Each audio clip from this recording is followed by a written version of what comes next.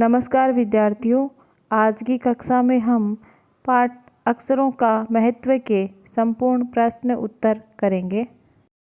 प्रश्न है, पाठ में ऐसा क्यों कहा गया है कि अक्षरों के साथ एक नए युग की शुरुआत हुई?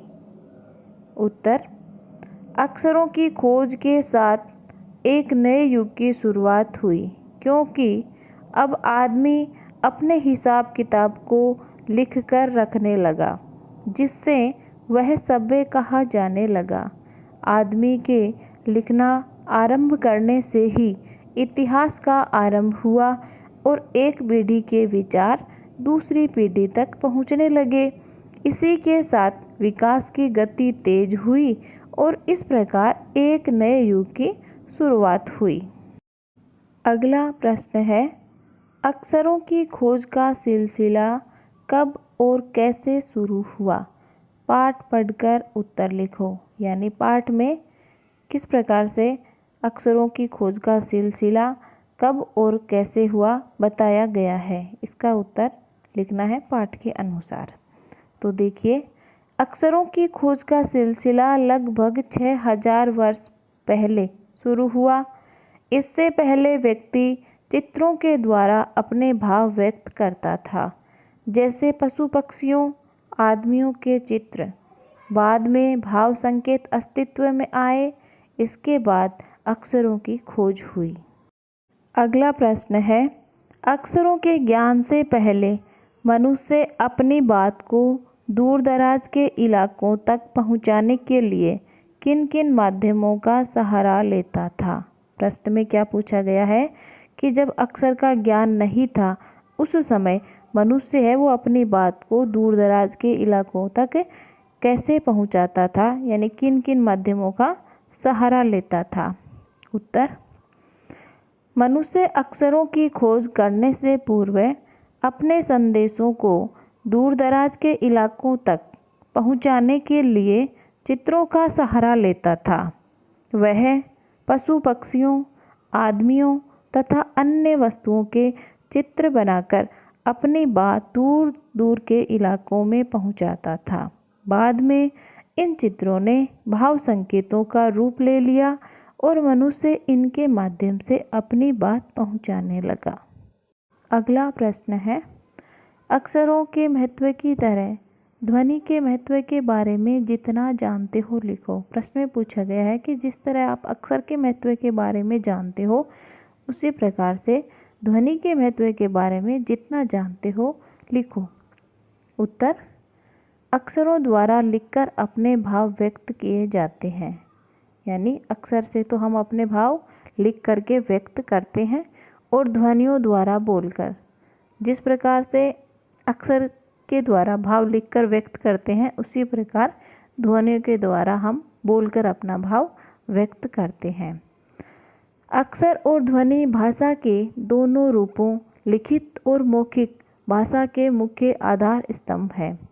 यानी कि अक्षर और ध्वनि है, ये भाषा के दोनों रूप हैं। किस प्रकार से? अक्षर तो है लिखित और ध्वनि है मौखिक।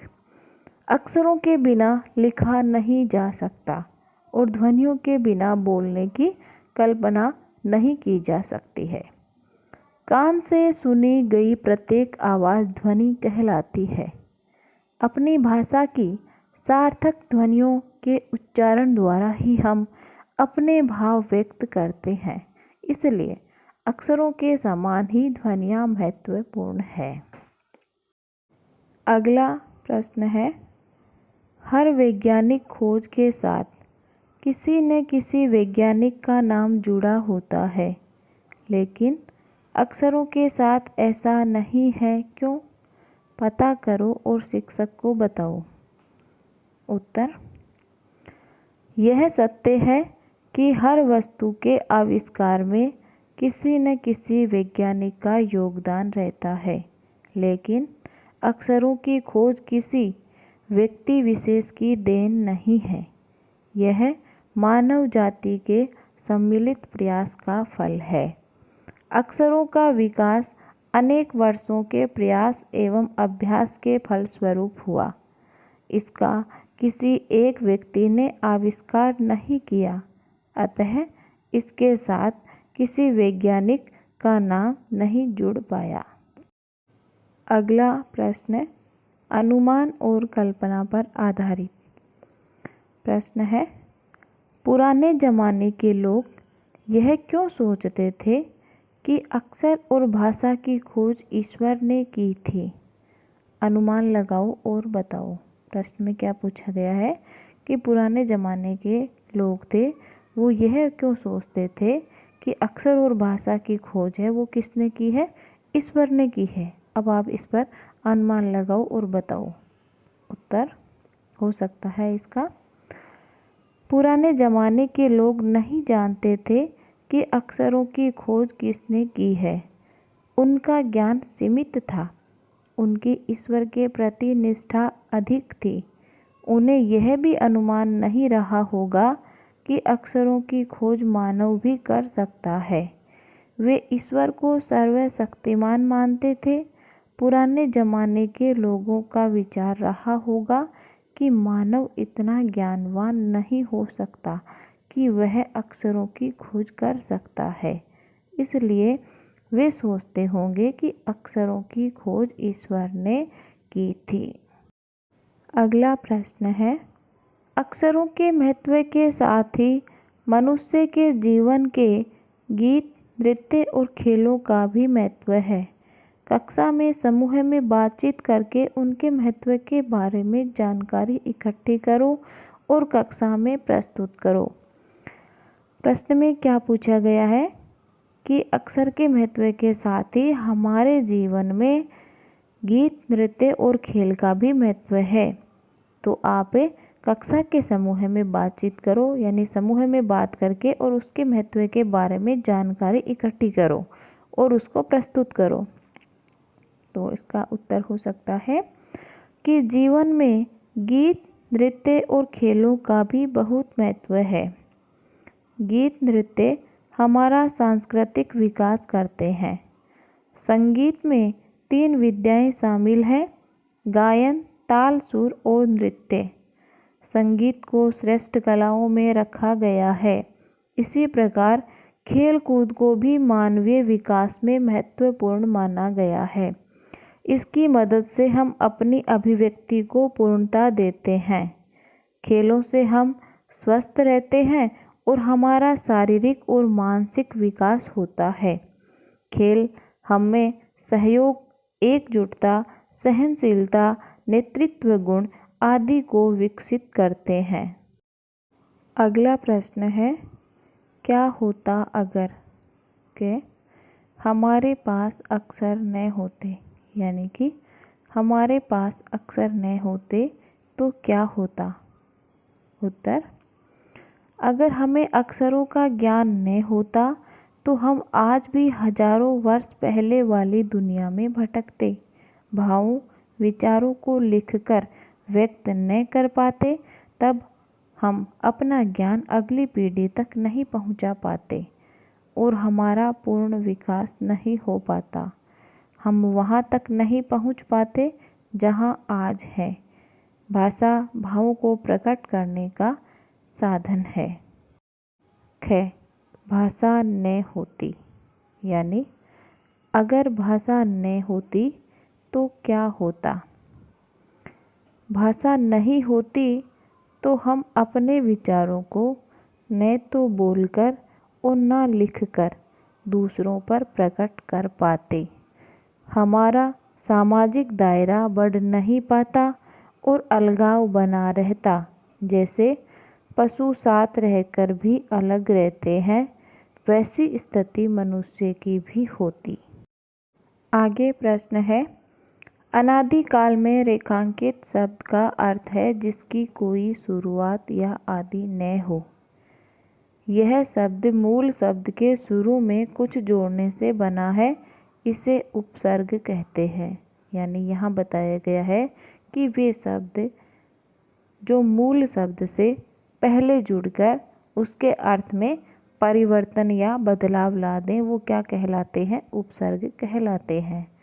इन उपसर्गों को अलग करके मूल शब्दों को लिखकर उनका अर्थ बताना है। यानी कि यहाँ कुछ उपसर्ग शब्द दिए गए हैं जिनमें से उपसर्ग और मूल शब्द को अलग अलग करना है और शब्द का अर्थ बताना है।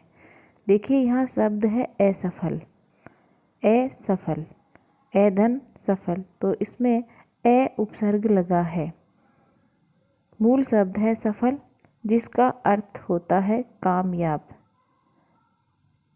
दूसरा मूल शब्द है अदृश्य, इसमें दृश्य से पहले ए जुड़ा है।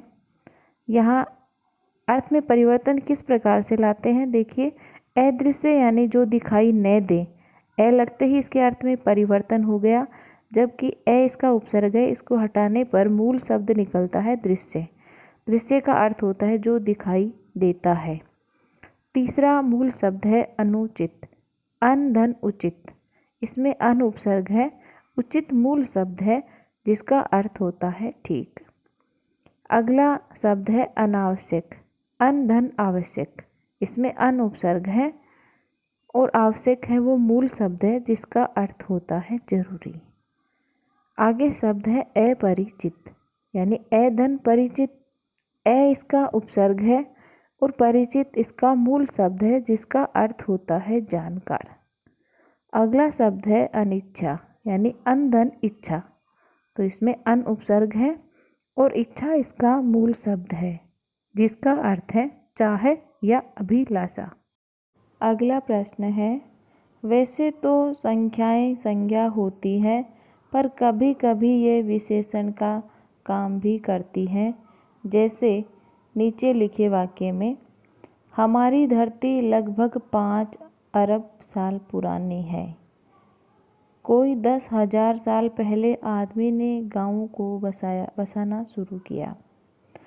इन वाक्यों में रेखांकित अंश साल संज्ञा के बारे में विशेष जानकारी दे रहे हैं, इसलिए संख्यावाचक विशेषण है। संख्यावाचक विशेषण का इस्तेमाल उन्हीं चीज़ों के लिए होता है जिन्हें गिना जा सके, जैसे 4 संतरे, 5 बच्चे, 3 शहर आदि। पर यदि किसी चीज़ को गिना नहीं जा सकता तो उसके साथ संख्या वाले शब्दों के अलावा मापतोल आदि के शब्दों का इस्तेमाल भी किया जाता है, जैसे 3 जग पानी, 1 किलो चीनी। यहाँ चीनी को गिना नहीं जा सकता तो यहाँ इसका मापतोल आ गया कि चीनी कितनी, 1 किलो।